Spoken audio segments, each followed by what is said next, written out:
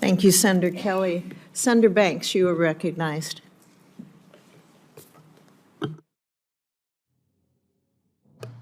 Thank you, Madam Chair, and thank you to both of you for being here today.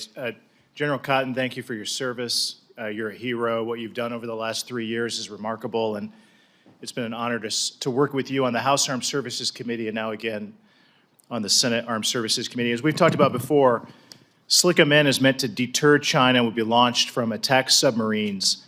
SLCM-N is needed to help address capability and escalation management gaps stemming from the rapid growth of China and Russia's theater-range nuclear systems. General, do you agree with the 2018 Nuclear Posture Review that validated the need for SLCM-Ns? And if so, what does this need to still stand? I do agree, Senator, and thank you for the comments that you made. What was said in 2018 still holds true today. I think even more so. It's what I had, when I talk about being able to give a geographic combatant commander the ability to also hold an adversary in their region at risk, you can now see that what you're seeing in this weapon system is more than just a strategic weapon. It is now can be a regional weapon and regional deterrence as well for my fellow combatant commanders that hold the regions of responsibility. And what do we need to do to remain committed to it? The program of record has been established. We just need to make sure we continue to pump the well to ensure that they move out. And as the chairwoman said, if we can get things to the left, I would gladly accept being able to get the articles quicker than later. Got it. Fiscal year 2024 NDAA directed the Navy and the NNSA to develop and deploy an operational SLCM-N no later than 2034. Do you believe that we should still have SLCM-N no later than 2034? I would love to move that to the left, Senator. Got it.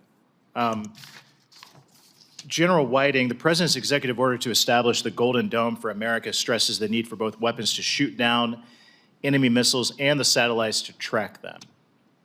The EO called for the, quote, acceleration of the deployment of the hypersonic and ballistic tracking sensor layer. If we're going to have an effective Golden Dome for the U.S. homeland, how important is it that we expand our fleet of ballistic and hypersonic missile tracking satellites and space-based sensors? Thank you for the question, Senator. For the modern threats that we need to track, we will only be able to do that from space, and we need to be able to maintain custody of those threats, not only when they're in the boost phase, when the rockets are burning very hot and we can track them with our infrared satellites, but then also when they're coasting so that we can, again, maintain custody to engage at the various layers. So it's absolutely vital, Senator. And do you agree with President Trump that we need to rapidly accelerate HBTSS so that we can have the sensors in space that we need to target incoming threats? I do, Senator. Those threats are real today, those more advanced threats, and our current systems are optimized against traditional ballistic missiles, not against the variants that we're seeing fielded today.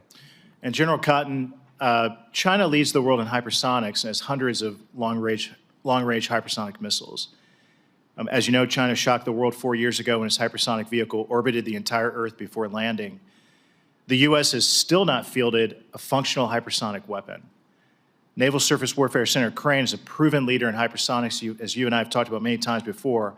How important is increased investment in hypersonics if we're going to regain our military edge over China? Senator, it's very important, and the work that I've seen done by Crane has been extraordinary for the Department of the Navy. I think investments, but actually production and getting them to the warfighter so they can be implemented and put in our arsenal. Got it. And finally, while we're replacing most of our nuclear arsenal in the next decade or two, we're keeping the B-52 bombers around well into mid-century. How critical is the B-52 program if we're going to keep those planes in the skies for decades to come?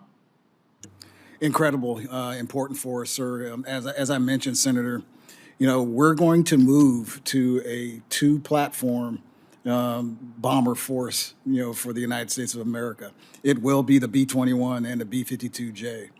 It is incredibly important that we get those 75 birds into modern, and modified them with their replacement of their engines, their radars, and their I got 10 avionics. seconds. Can you talk about the advantages of the new B-52 engines over the old engines? Yes, the Rolls-Royce engines that are right there and they're being worked in Indiana are going to be gives us about incredible increase in range, in speed, and durability. Thank you. My time has expired.